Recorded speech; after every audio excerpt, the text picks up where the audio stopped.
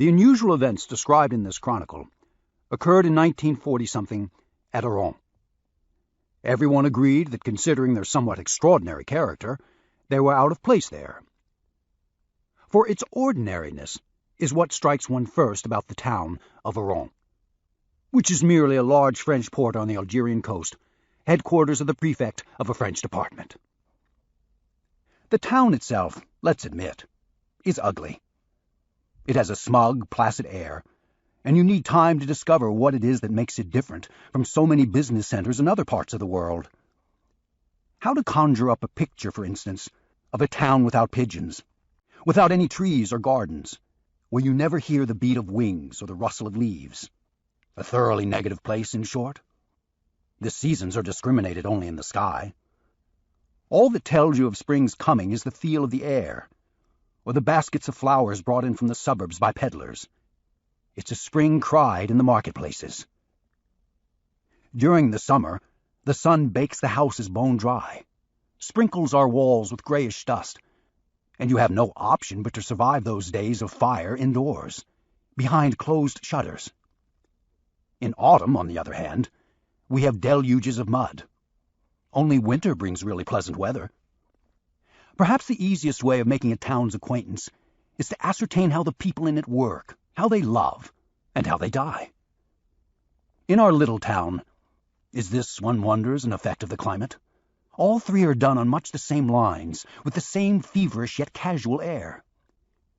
The truth is that everyone is bored, and devotes himself to cultivating habits. Our citizens work hard, but solely with the object of getting rich.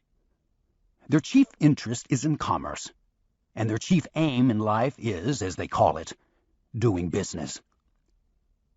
Naturally, they don't eschew such simpler pleasures as love-making, sea-bathing, going to the pictures. But very sensibly, they reserve these pastimes for Saturday afternoons and Sundays, and employ the rest of the week in making money, as much as possible. In the evening, on leaving the office, they foregather at an hour that never varies, in the cafes, stroll the same boulevard, or take the air on their balconies. The passions of the young are violent and short-lived. The vices of older men seldom range beyond an addiction to bowling, to banquets and socials, or clubs where large sums change hands on the fall of a card. It'll be said, no doubt, that these habits are not peculiar to our town. Really, all our contemporaries are much the same. Certainly nothing is commoner nowadays than to see people working from morn till night, and then proceeding to fritter away at card tables, in cafes and in small talk, what time is left for living. Nevertheless, there still exist towns and countries where people have now and then an inkling of something different. In general, it doesn't change their lives.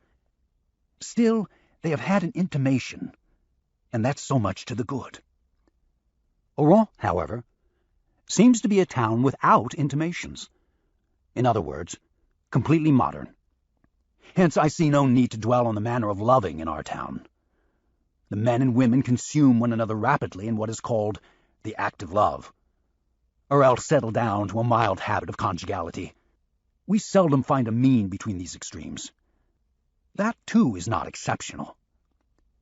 At Oran, as elsewhere, for lack of time and thinking, people have to love one another without knowing much about it. What is more exceptional in our town is the difficulty one may experience there in dying. Difficulty, perhaps, isn't the right word. Discomfort would come nearer. Being ill is never agreeable, but there are towns that stand by you, so to speak, when you're sick, in which you can, after a fashion, let yourself go. An invalid needs small attentions. He likes to have something to rely on, and that's natural enough.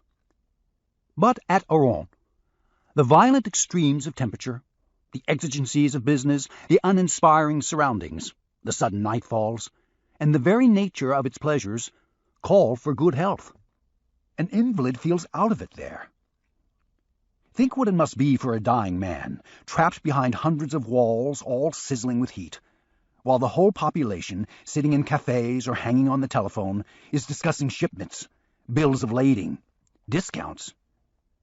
It'll then be obvious what discomfort attends death, even modern death, when it waylays you under such conditions in a dry place. These somewhat haphazard observations may give a fair idea of what our town is like. However, we must not exaggerate. Really, all that was to be conveyed was the banality of the town's appearance and of life in it. But you can get through the days there without trouble, once you have formed habits. And since habits are precisely what our town encourages, all is for the best. Viewed from this angle, its life is not particularly exciting. That must be admitted. But at least social unrest is quite unknown among us. And our frank-spoken, amiable, and industrious citizens have always inspired a reasonable esteem in visitors. Treeless, glamourless, soulless, the town of Oran ends by seeming restful, and after a while, you go complacently to sleep there. It's only fair to add that Oran is grafted onto a unique landscape, in the center of a bare plateau, ringed with luminous hills and above a perfectly shaped bay. All we may regret is the town's being so disposed that it turns its back on the bay, with the result that it's impossible to see the sea. You always have to go to look for it. Such being the normal life of Oran, it'll be easily understood that our fellow citizens had not the faintest reason to apprehend the incidents that took place in the spring of the year in question, and were, as we subsequently realized, premonitory signs of the grave events we are to chronicle. To some, these events will seem quite natural, to others all but incredible. But obviously, a narrator can't take account of these differences of outlook. His business is only to say, this is what happened, when he knows that it actually did happen, that it closely affected the life of a whole populace, and that there are thousands of eyewitnesses who can appraise in their hearts the truth of what he writes. In any case, the narrator, whose identity will be made known in due course, would have little claim to competence for a task like this, had not chance put him in the way of gathering much information, and had he not been, by the force of things, closely involved in all that he proposes to narrate.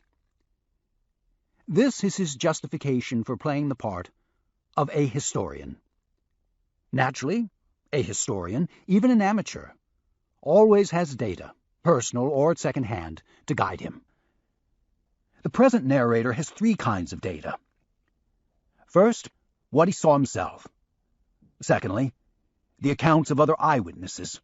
Thanks to the part he played, he was enabled to learn their personal impressions from all those figuring in this chronicle. And lastly, documents that subsequently came into his hands. He proposes to draw on these records whenever this seems desirable, and to employ them as he thinks best.